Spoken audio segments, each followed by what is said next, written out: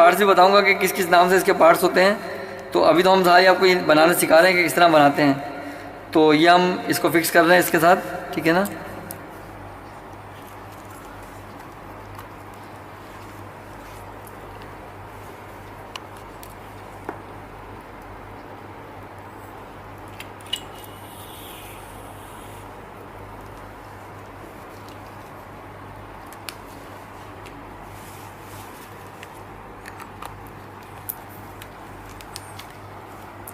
और इसका ये लोअर कनेक्टर हम इसमें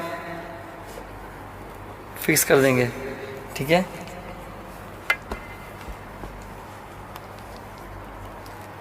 अभी देखिएगा इसमें हम पेशेंट के लिए रेडी है अभी ये। अब इसमें से देखें निकलेंगे, एयर निकलेगी थोड़ी। ये देखिए आप, आपको दिख रहा होगा कि ये भाप दे रहा है।